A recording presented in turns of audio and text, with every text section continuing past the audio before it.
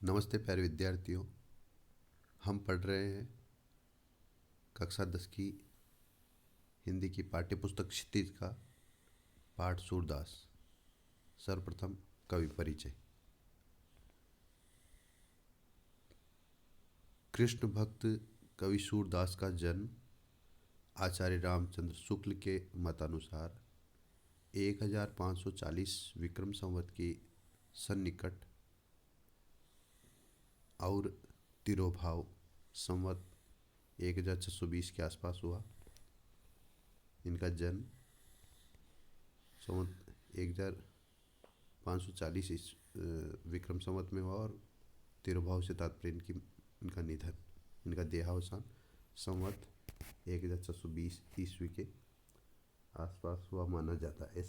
ऐसा आचार्य रामचंद्र शुक्ल के अनुसार ये समय दिया हुआ है उनके जन्म और मृत्यु का। ये जो तिथि दी हुई है वो विक्रम संवत में, विक्रम संवत के अनुसार है।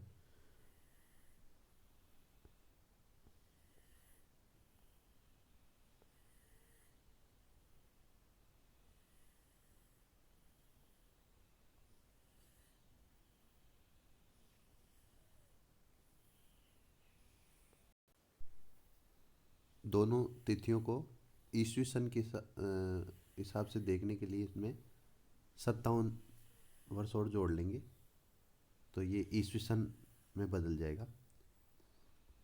इनका जन्म स्थान आगरा और मथुरा के बीच स्थित रौनकता ग्राम माना जाता है।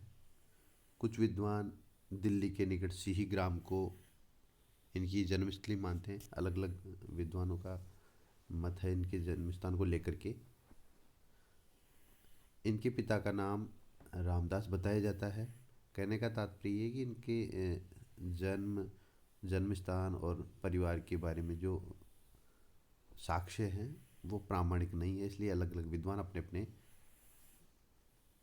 मत से इनको अलग अलग जगह से मानते हैं। वार्ता साहित्य और भक्तमाल के आधार पर ये सारस्वत ब्राह्मण कहे गए, किंतु साहित्य लहरी में एक पद है जिससे ये पृथ्वीराज के अमात्य, अमात्य से तात्पर्य राजा के प्रधानमंत्री और तथा राजकवि चंद बरदाई के वंशज ब्रह्मभट्ट मालूम होते हैं। इस पद से बहुत सी बातें ज्ञात होती हैं। इसी पद के आधार पर कहा जाता है कि ये नेत्रहीन होने के कारण एक अंधकूप में गिर पड़े थे। 6 दिन वहाँ अंधकूप में पड़े रहने के बाद भगवान श्री कृष्ण ने इन्हें दर्शन दिए और सनेत्र कर दिया उनको।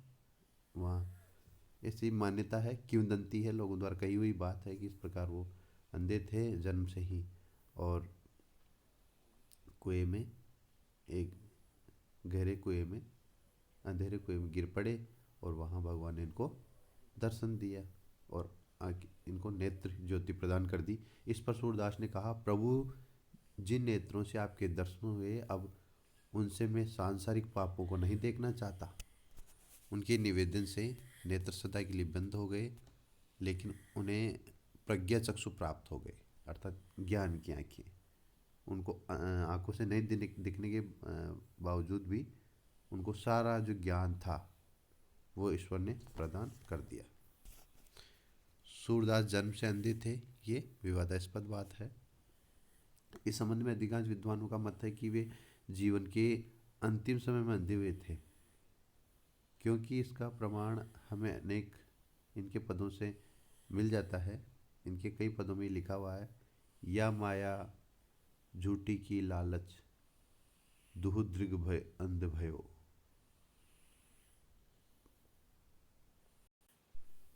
इससे तात्पर्य है कि ये जो जीवन की मोह माया है, झूठी मोह माया है, बंधन है जीवन के, और ये लोभ लालच है, इनकी वजह से प्रत्येक व्यक्ति अपने अंधा हो जाता है। प्रत्येक व्यक्ति इसके पीछे, इन चीज़ों के पीछे अंधा होकर, अर्थात इनमें आसक्त हो जाता, इतना आसक्त हो जाता है कि उसे कुछ भी दिखाई नहीं देता। और अंत में अपनी आंखें खो देता है। तो सभी के साथ की स्थिति है वैसी। सूर कह रहे कि मेरे साथ भी यही हुआ कि अंतिम समय में मैंने आंखें खो दी। ऐसा इन्होंने अपने पदों में लिखा है। तो इनके आधार पर तो ये अंतिम समय में अंधे हुए, लेकिन अधिकतर लोग इनको जन्म से अंधे मानते हैं। आचार्य वल्लभ ने अपने सिद्धांतों में सूरदास को दीक्षित किया। सूरदास जी के जो गुरु थे वो आचार्य वल्लभ थे, या हम यूँ कहें वल्लभाचार्य थे। गुरु का नाम वल्लभाचार्य।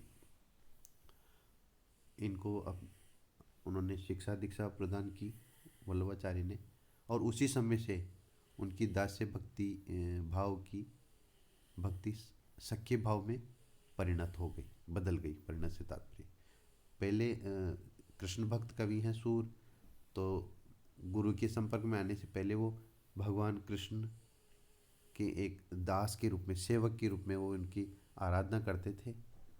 और जब गुरु के संपर्क में आए, वल्लभाचार्य जी के संपर्क में आए, उसके बाद सख्य, सख्य का सखा, सखा के भाव में भगवान कृष्ण के ऐसे मित्र की तरह का भाव रख करके वो उनकी भक्ति करने लग गए। अपने गुरु वल्लभाचार्य की आज्ञा अनुसार इन्होंने ईश्वर की कथा को भाषा में वर्णन करने का कार्य आरंभ कर दिया। गुरु जी ने आज्ञा दी कि आप भगवान कृष्ण की जो कहानी है, कथा है, उसको आप भाषा के रूप में वर्णन कीजिए। ये कार्य आप करिए, इसको लेखन का और लोगों में प्रचार प्रसार का कार्य कीजिए। सूर तो उनकी आज्ञा पाकर सूर ने उसको लेखनबद्ध किया, लिपिबद्ध भी किया। तो उनका जो जो लिपिबद्ध किया वो रचनाएं इस प्रकार हैं। उपलब्ध 3 रचनाएं हैं। सूर सागर, साहित्य लहरी और सूर सारावली। ये इनकी गुरु की आज्ञा अनुसार इन्होंने ये 3 रचनाएं ईश्वर की कथा के रूप में लिखी। सूर सागर इनका प्रामाणिक, अत्युत्तम एवं श्रेष्ठ काव्य ग्रंथ है, जो इनकी कीर्ति को अक्षय रखने के लिए पर्याप्त है। इनकी जो कीर्ति है, इनका जो प्रसिद्धि है, उसको अनंत काल तक बनाए रखने के लिए ये सूरदास नामक, सूरसागर, क्षमा चाहूँगा, सूरसागर नामक जो ग्रंथ है इनका, इनकी जो कृति है, इनकी जो रचना है, वो इनकी प्रसिद्धि का आधार है। इससे इनकी प्रसिद्धि युगों युगों तक बनी रहेगी, इतना प्रसिद्ध ये ग्रंथ है। सूरदास ने ब्रजभाषा का प्रयोग किया है अपने ग्रंथों में। इनके पूर्ववर्ती किसी भी कवि की भाषा में काव्य छटा न तो इतनी साहित्यिक है और न ही इतनी सौंदर्यपूर्ण। इन्होंने ब्रजभाषा का जो साहित्यिक और सौंदर्यपूर्ण जो जैसा वर्णन किया है, वैसा इनके पूर्व के किसी कवि ने नहीं किया। अब यहाँ पर जो आपकी पाठ्य पुस्तक में जो पाठ दिया हुआ, जो संकलन दिया हुआ है सूरदास जी का, उसके बारे में हम परिचित होने जा रहे हैं। देखिए, प्रस्तावित पहले पद में कृष्ण और राधिका के प्रथम मिलन का वर्णन है। यहाँ पर आपकी पाठ्य पुस्तक में सूरदास जी के 4 पद दिए हुए हैं। उनमें से जो पहला पद है उसमें कृष्ण और राधिका का, भगवान श्री कृष्ण और राधिका जी जब बाल्यावस्था थी और जब वो पहली बार मिले थे बचपन में, तो उस बाल मिलन का यहाँ पर, प्रथम मिलन का यहाँ पर प्रथम पद में वर्णन किया गया है।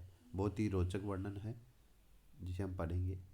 क्या बताया गया उसमें, जो देखिए, अपरिचय की दीवार कृष्ण की पहल से समाप्त हो जाती है। जो उनके बीच में जो अनजानापन है, जो अजनबी होने का जो भाव है, जब तक हम किसी व्यक्ति से परिचित नहीं होते हैं तब तक वो अनजान होने का एक बाधा बीच में रहती है, और एक दूसरे से चर्चा करने के बाद में वो बाधा हट जाती है और हम एक दूसरे को जानने लग जाते हैं। तो उस बाधा को हटाने का, अनजान होने की जो बाधा थी उसको हटाने का कार्य श्री कृष्ण ने किया। उनसे वार्तालाप किया राधिका जी से, और जानकारी प्राप्त करके वो एक दूसरे से परिचित हो गए। वो यहाँ पर प्रथम पद में दिया हुआ है। राधिका बहुत चतुराई से कृष्ण की खूबियों और खामियों को व्याज स्तुति में कह जाती है। राधिका जी भी जितनी भोली है उतनी चतुर है, तो उन्होंने भी बहुत ही चतुराई वाले शब्दों से, वाक्यों से कृष्ण की खूबियाँ भी, उनकी विशेषताएं भी बताई, और उनकी जो खामियां हैं, उनकी जो उनके अंदर जो कमियां हैं, उसका भी वर्णन यहाँ पर उन्होंने इस प्रथम पद में किया है। व्याज स्तुति से तात्पर्य है किसी बहाने से किसी की प्रशंसा करना, किसी बहाने से किसी की प्रशंसा या निंदा करना। तो उन्होंने बहाने के माध्यम से कृष्ण की प्रशंसा और निंदा यहाँ पर की है राधिका जी ने। इस प्रकार प्रशंसा, निंदा और परिचय के अंत में, उस प्रथम पद के अंत में कृष्ण और राधिका, कृष्ण भगवान श्री कृष्ण ने राधिका को संग खेलने के लिए आमंत्रित करते हैं, उनको न्योता देते हैं कि चलो हम साथ मिलकर खेलने चलते हैं। इस प्रकार पहले पद की स्थिति रहती है। अब पहले हम पहले पद को ही पढ़ेंगे, उसके बाद शेष पदों का परिचय यहाँ से लेंगे।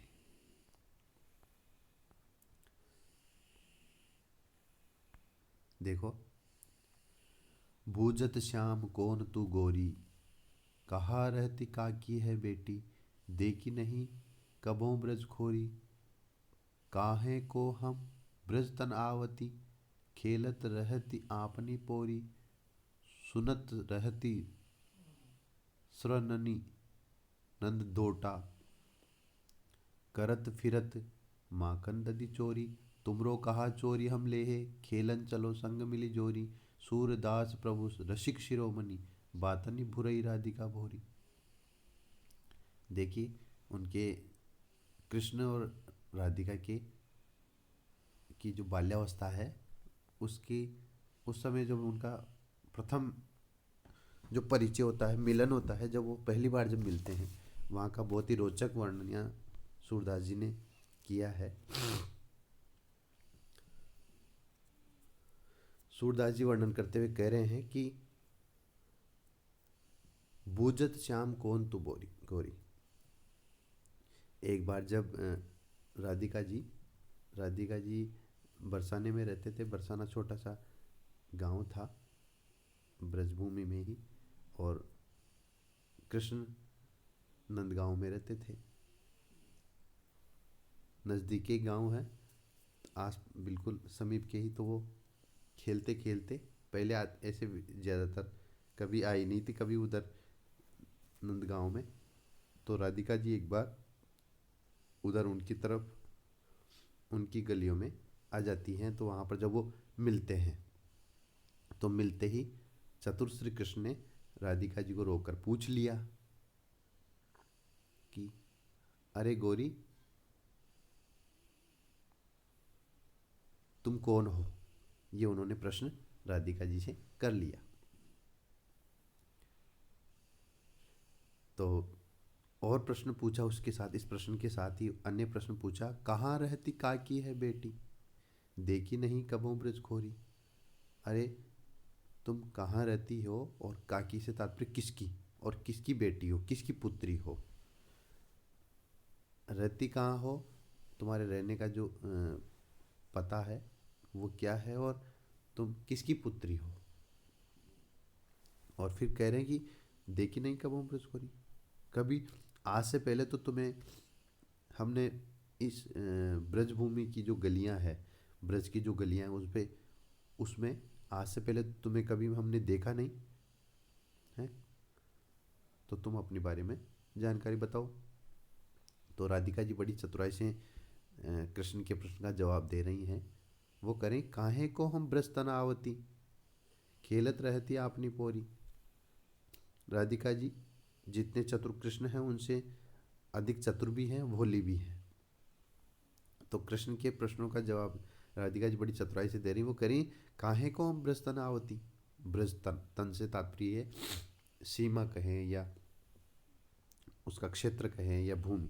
हम ब्रज भूमि में क्यों आए, काहे को हम ब्रज तनावती, हम तुम्हारी इधर की ब्रज की गलियों में क्यों आए। हम तो खेलत रहता अपनी पोरी, हम तो अपने ही घर में वहीं रहते हैं, और वहीं पर अपने घर में खेलते हैं, हम इधर उधर घूमते नहीं हैं। इस प्रकार राधिका जी ने कृष्ण के प्रश्न को जवाब दिया। अब फिर कृष्ण के प्रश्न का जवाब और चतुराई से, जो परिचय में जो शब्द आया था व्याज स्तुति, यहाँ पर वो बहाने से उनकी प्रशंसा निंदा करते हुए जवाब दे रही है। और कह रही है राधिका जी, सुनत रहती श्रवणनी नंद दोटा करत फिरत माखन दधी चोरी। राधिका जी कह रहे हैं कि हाँ, मैं तो कभी इधर ब्रज की गलियों में नहीं आई, मैं तो अपने घर में ही रहती हूँ, पर इतना जरूर सुना है, सुनत रहती श्रवणनी नंद दोटा। श्रवणनी करत कानों से, सुनत रहती सुनती रहती हूँ, मैं ये जरूर अपने कानों से ये जरूर सुनती रहती हूँ कि नंद दोटा, नंद बाबा, जो नंद बाबा है उनका जो दोटा स्तात उनका पुत्र है, उनका जो पुत्र है उसके बारे में जरूर अपने कानों से मैं सुनती रहती हूँ। क्या सुनती रहती हूँ? मैं ये सुनती रहती हूँ, करत फिरत माखन दधी चोरी। हाँ, कि उनका जो पुत्र है वो माखन मक्खन की और दही की चोरी करता फिरता रहता है। वो इस प्रकार की माखन दही की चोरी करता है, चोरी करने का काम करता है। ये जरूर मैंने अपने कानों से सुना है। ये उन्होंने उनकी व्याज स्तुति से उनका अच्छी, उनकी जो खूबी है और उनकी जो खामी है, उनकी जो कमी है श्री कृष्ण की, वो उनको चिढ़ाने के लिए वो उन्होंने बता दी, क्योंकि चतुर थी राधिका जी, चतुर भी थी। इस प्रकार से बड़ा चतुराई से उन्होंने कृष्ण के बारे में उनको कहा, सामने से कहा कि हाँ। अब उनको ये नहीं कहा कि तुम चोर हो, पर उन्होंने कहा कि हमने कानों से सुना है कि नंद बाबा के पुत्र हैं और इस प्रकार दही माखन की चोरी करते हैं। अब कृष्ण को भी बड़ा एक ऐसा आक्रोश, गुस्सा सा आया राधिका जी की बात पर। तो उन्होंने क्या कहा राधिका जी, वो भी बहुत रोचक बात है, रोचक वाक्य। वो कह रहे हैं, कृष्ण कह रहे हैं, तुमरो कहा चोरी हम ले है। राधिका जी कह रही, अरे भाई, हमने तुम्हारा क्या चुरा लिया, पहले ये बताओ। हम तो चोरी करते फिरते हैं, कुछ भी करते हैं, वो बात अलग है, पर तुम तो ये बताओ कि तुम्हारा हमने क्या चुरा लिया। ये सब बातें छोड़ो, कृष्ण ने क्या कहा। राधिका जी कह रही, ये सारी बातें छोड़ो, खेलन चलो संग मिली जोरी। ये सब बातें हटाओ, इनको दूर करो, भूलो। अब तो तुम तो आओ और हम में संग में साथ, संग का तात्पर्य साथ, मिली साथ मिल करके जोड़ी कर, जोड़ी बनाकर हम साथ अपने दोनों की जोड़ी बनाकर खेलने के लिए चलते हैं, आओ। उन्होंने इस प्रकार से राधिका जी को खेलने का न्योता निमंत्रण दिया, आमंत्रण दिया कि आओ, इन सब बातों को छोड़ो, इनमें कुछ नहीं रखा, चलो साथ मिलकर दोनों जोड़ी बनाकर खेलने चलते हैं। बड़ा आनंददायी वर्णन यहाँ पर सूरदास जी ने किया है। आगे कह रहे सूरदास, सूरदास प्रभु रसिक शिरोमणि, बातनी बुरई राधिका भोरी। प्रभु प्रभु श्री कृष्ण तो रसिकों में शिरोमणि है। शिरोमणि का अर्थ सबसे ऊपर, सबसे ऊंचे, श्रेष्ठ, सर्वश्रेष्ठ है। रसिक जो आनंद लेने वाले जो लोग हैं उनमें सर्व अग्रणी है भगवान श्री कृष्ण। और उन्होंने बात नहीं, अपनी बातों में, बुराई का अर्थ बहकावे में, राधिका भोली भोली राधिका जी को बहकावे में, बातों में ले लिया और वो आ गई। इस प्रकार से ये वर्णन है। अगला जो दूसरा पद देखो, उसका सबसे पहले हम परिचय देखते हैं फिर से।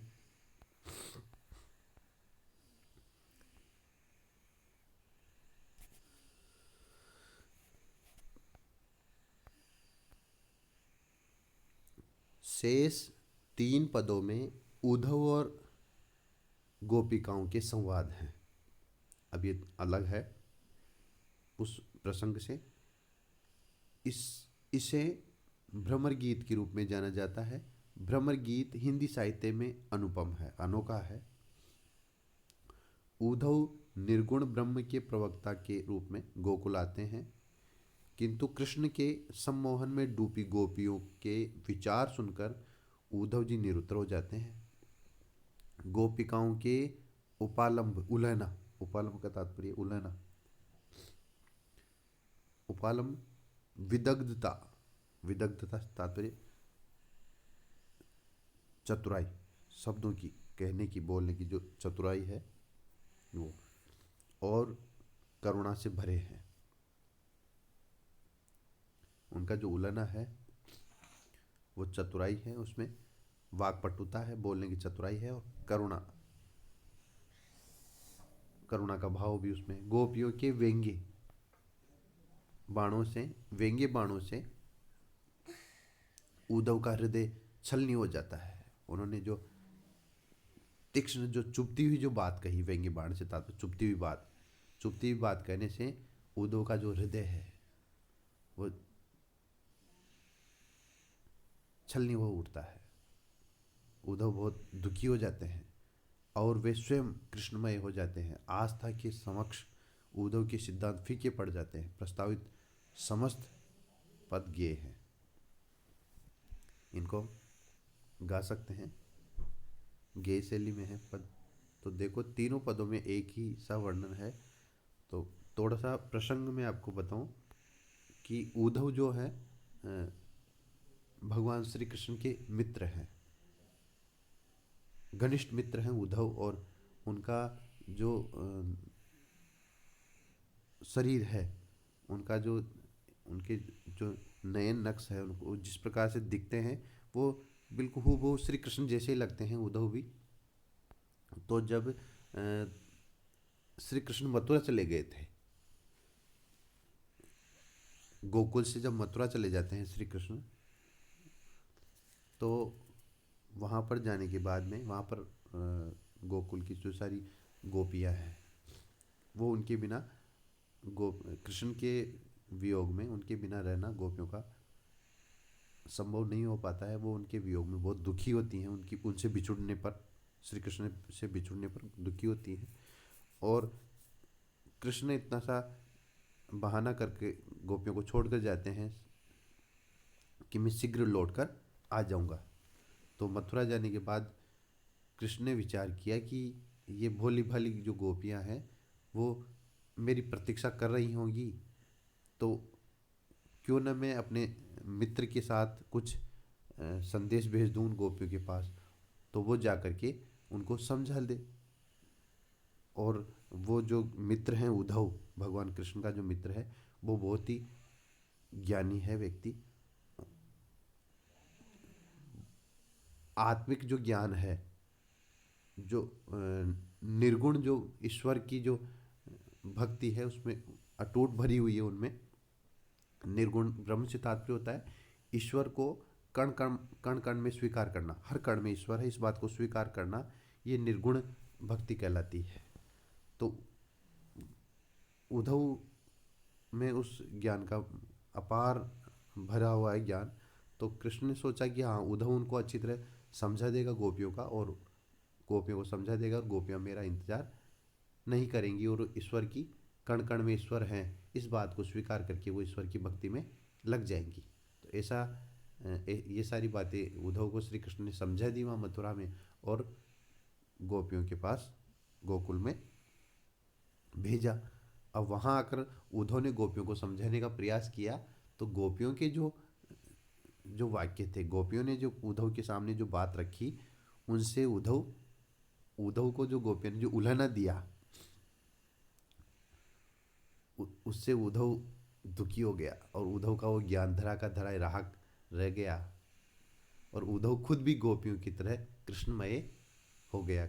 उद्धव को पश्चाताप हुआ अंत में कि मैं मेरे मित्र के साथ हमेशा रहा, मैं उनको नहीं पहचान पाया है, मैं उनके वास्तविक प्रेम को नहीं जान पाया, मैं तो उनके वास्तविक प्रेम से अछूता ही था, मुझे तो वो मिल ही नहीं पाता, खास में इन गोपियों के संपर्क में नहीं आता। तो इस प्रकार से उद्धव को अपनी गलती का पछतावा हुआ, और वो भी कृष्ण के जो प्रेम में, असली प्रेम में, वास्तविक प्रेम में वो बंध गया।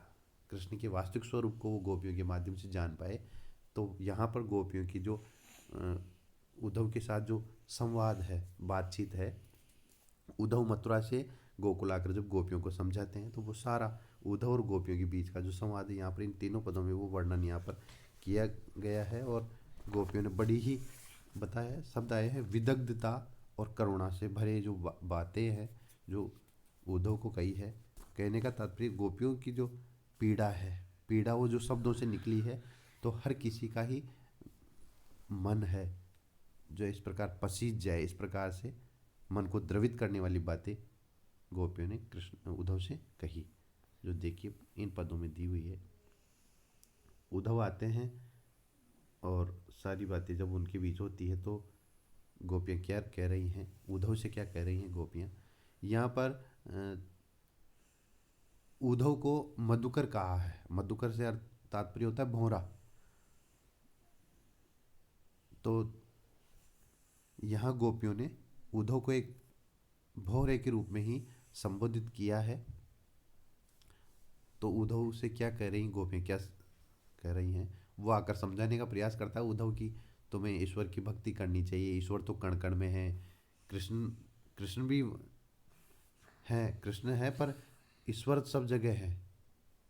इस प्रकार से वो समझाने का प्रयास कर रहे थे। तो उन्हीं बातों के साथ में गोपियाँ क्या करी, गोपियाँ कह रही है मधुकर श्याम हमारे चोर, मन हरि लियो तनक चितवनी में, चपल नैन की कोर, पकड़े हुते हृदय उर अंतर, प्रेम प्रीति के जोर, गए छंडाए तोरी सब बंधन, दे गए हंसनी अकोर अंकोर, चौकी परी जागत निशी बीती, दूत मिलियो एक भोर, सूरदास प्रभु सर्वस लूट्यो, नागर नवल किशोर।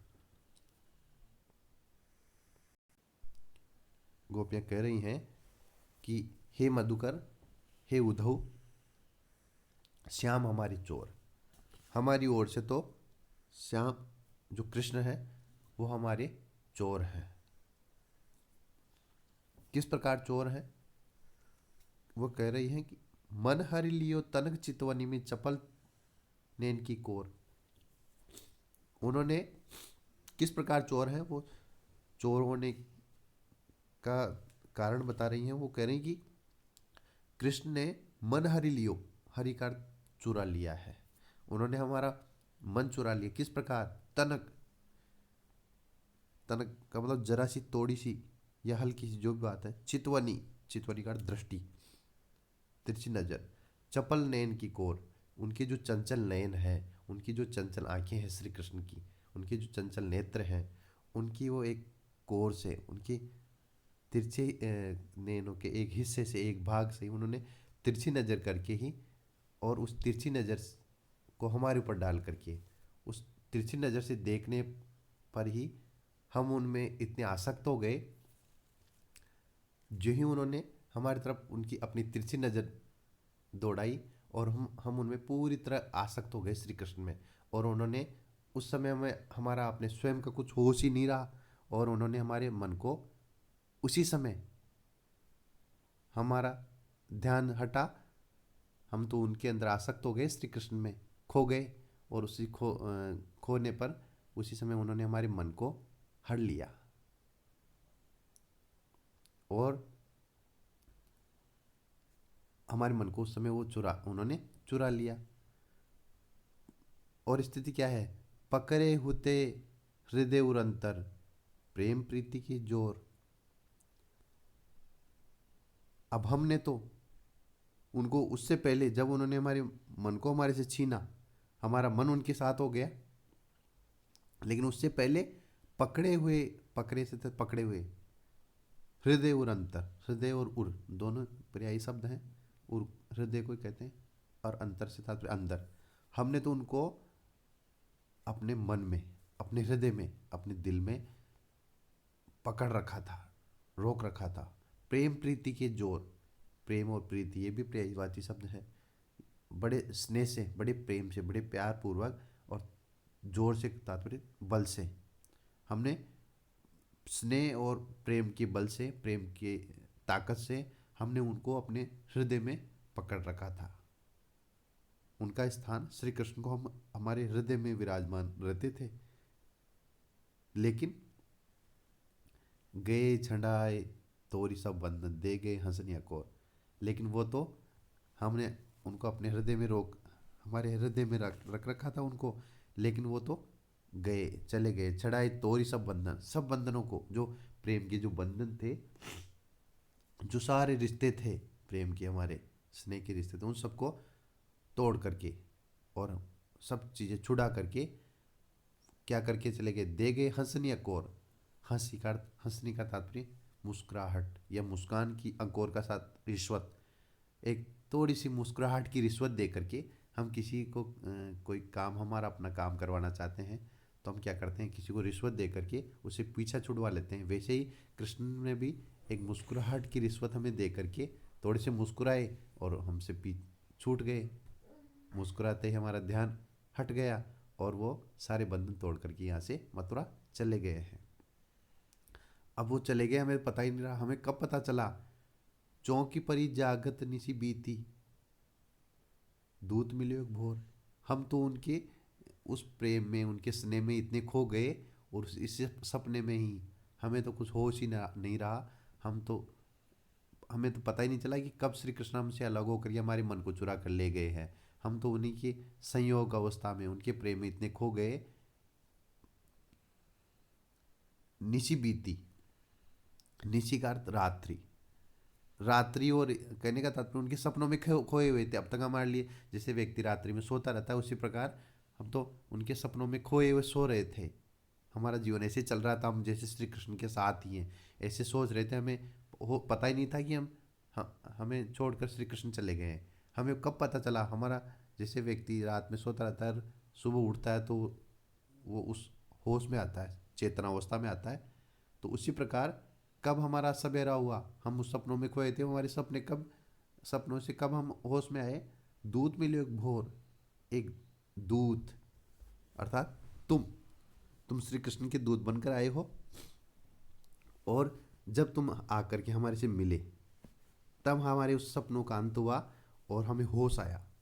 भोर सवेरा होने से तात्पर्य, भोर का सवेरा, सवेरे से तात्पर्य हम होश में आए और तुमने हमारी आंखें खोल दी कि कृष्ण तो तुम्हें छोड़कर चले गए हैं और तुम्हें कण कण में जो ईश्वर है उसकी भक्ति करनी चाहिए। इस प्रकार आकर तुमने जब हमें समझाया तब हम होश में आए कि कृष्ण हमें छोड़कर चले गए हैं। फिर गोपियाँ कह रही हैं करुणा भरे शब्दों में, सूरदास प्रभु सर्वस लूट्यो नागर नवल किशोर। गोपियाँ कह रही हैं कि